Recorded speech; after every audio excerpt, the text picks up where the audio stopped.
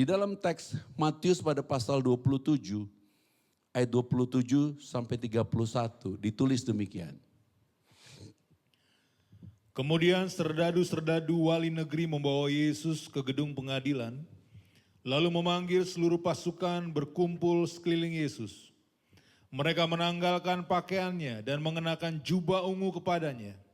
Mereka menganyam sebuah mahkota duri dan menaruhnya di atas kepalanya, lalu memberikan dia sebatang bulu di tangan kanannya. Kemudian mereka berlutut di hadapannya dan mengolok-olokkan dia, katanya, "Salam hai Raja orang Yahudi." Mereka meludahinya dan mengambil bulu itu dan memukulkannya ke kepalanya. Sesudah mengolok-olokkan dia, mereka menanggalkan jubah itu daripadanya dan mengenakan pula pakaiannya kepadanya. Kemudian mereka membawa dia keluar untuk disalibkan. Itu tertulis berkali-kali di kitab Matius, Markus, Lukas, dan Yohanes. Dan sebelum itu terjadi, Yesus diolok-olokkan. Diolok-olokkan apa? Di gedung pengadilan, gambaran pendakwaan. Dan dikatakan mereka melepas jubahnya, artinya ditelanjangi.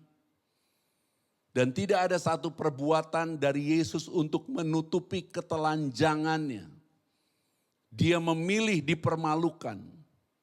Supaya genap bagi kita yang percaya, kita pasti tidak akan dipermalukan. Kita pasti tidak akan dipermalukan. Dia memilih disiksa, dihina, dihajar. Tidak mungkin serdadu Roma menaruh buluh di kepala, mahkota duri di kepala, kemudian mengambil buluh dan memukulkan buluh itu di kepala Yesus pelan-pelan, tidak mungkin. Pasti dia dipukul dengan kebencian, engkau raja orang Yahudi. Dan pada saat buluh itu terkena di mahkota duri itu, mahkota duri itu merobek kulit kepala Yesus. Sangat sakit, sangat menderita.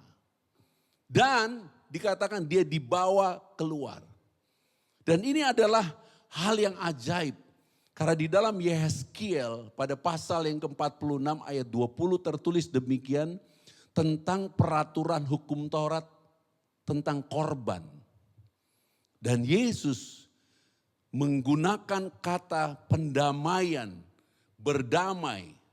Untuk kita hari ini menerima anugerah.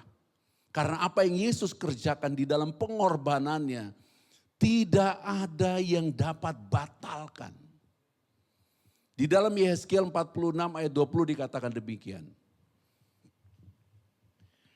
Ia berkata kepadaku, disinilah tempatnya imam-imam memasak korban penebus salah dan korban penghapus dosa dan membakar korban sajian.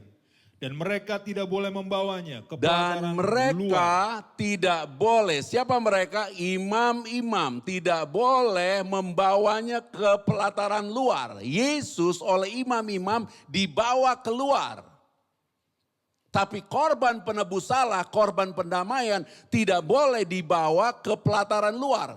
Supaya dengan demikian mereka jangan apa? Menguduskan umat Tuhan. Mereka jangan menguduskan umat Tuhan. Jadi di dalam perjanjian lama Bapa tidak berkenan umatnya menjadi kudus melalui korban darah yang dikorbankan. Karena memang tidak mungkin ada darah yang menguduskan.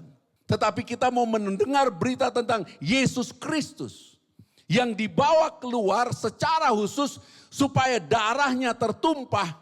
Supaya di tempat yang cemar darah yang kudus itu tercurah.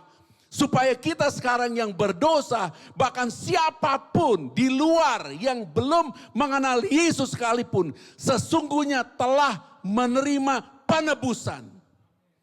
Dan oleh persembahan Yesus di atas kayu salib, kita telah menjadi kudus, bukan karena kehendak kita. Karena inilah kehendak Bapa sendiri. Bahwa oleh persembahan Yesus Kristus, kamu dan saya, kita menjadi kudus satu kali untuk selama-lamanya. Haleluya. Yesus dibawa keluar. Supaya kamu dan saya menjadi kudus. Satu kali untuk selama-lamanya.